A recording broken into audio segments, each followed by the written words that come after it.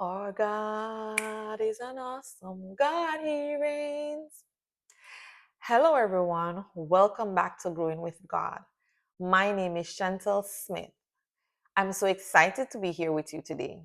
Today, we're going to be looking in the book of Exodus, where we have Pharaoh, this strong, mighty, powerful king that had the children of Israel trapped, enslaved, in bondage for years in Egypt. Which leads me to my question. Who is your Pharaoh? Who is your Pharaoh?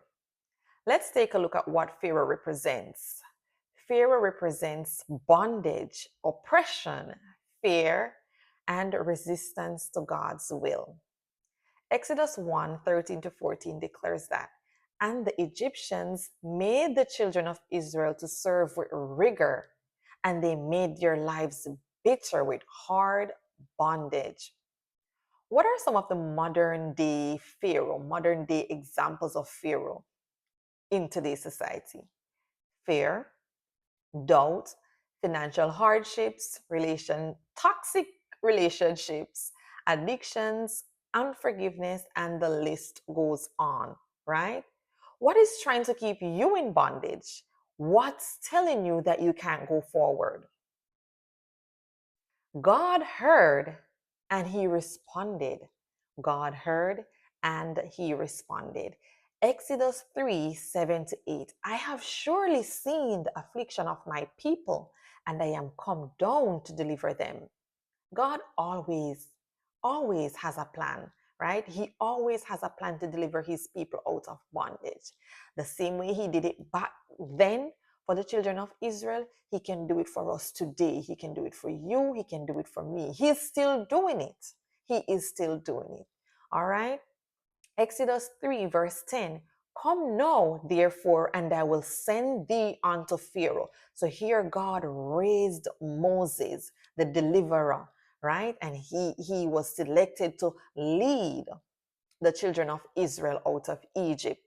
So I'm here to encourage you. God isn't blind to your struggles. He isn't blind to whatever is trying to hold you hostage. He's already working it out. He is already working it out. All right. So here is Pharaoh, powerful, but God is greater. So whatever you're battling with, just bear in mind that God is greater. Exodus 5, verse 2, we see Pharaoh's pride and resistance. And Pharaoh said, who is the Lord that I should obey his voice? Pride, resistance. God's demonstration of his power can be seen through the plagues in Exodus. And if you haven't read the book of Exodus, guys, I'm encouraging you, please do so. It is so powerful. I'm not yet finished, but the way the book of Exodus has been strengthening me, increasing my faith. Remember, faith cometh by hearing the word. Get into the word. All right, let's continue. All right.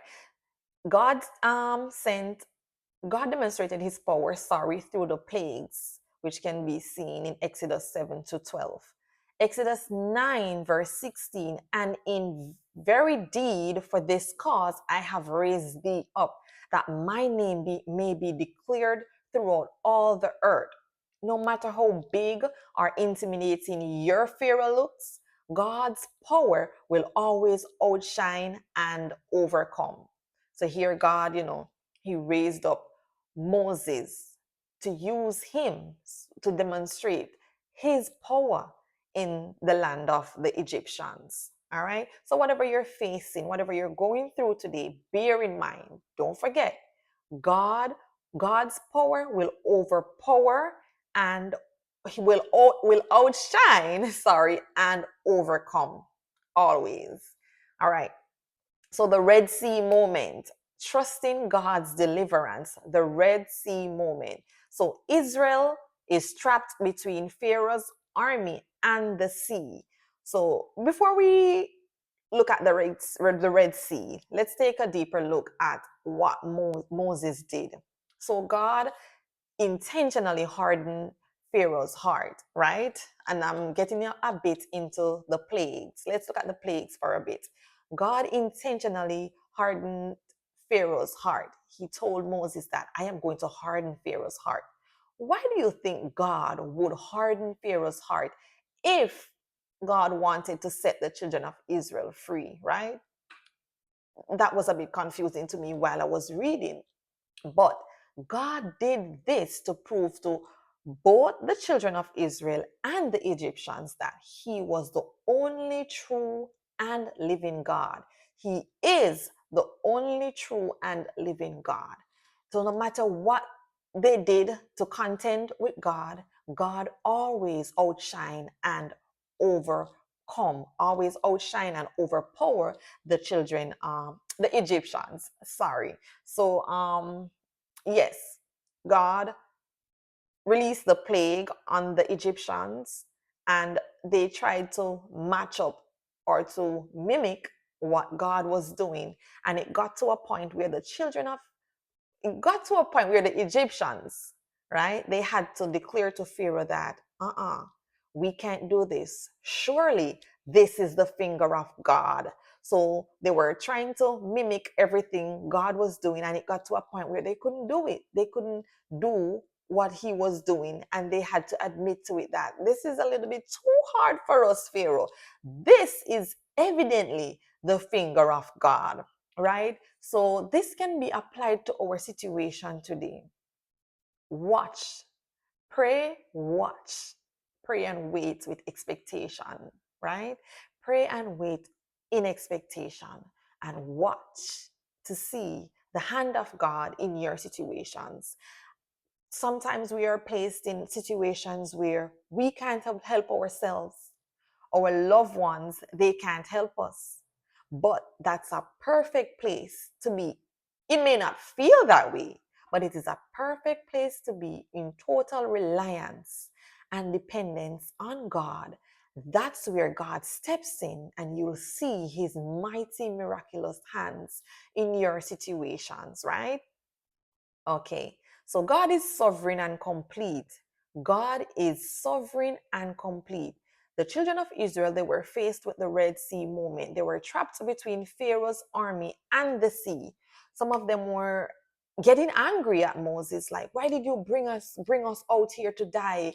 We might have, well, stayed back in Egypt under Pharaoh's rulership.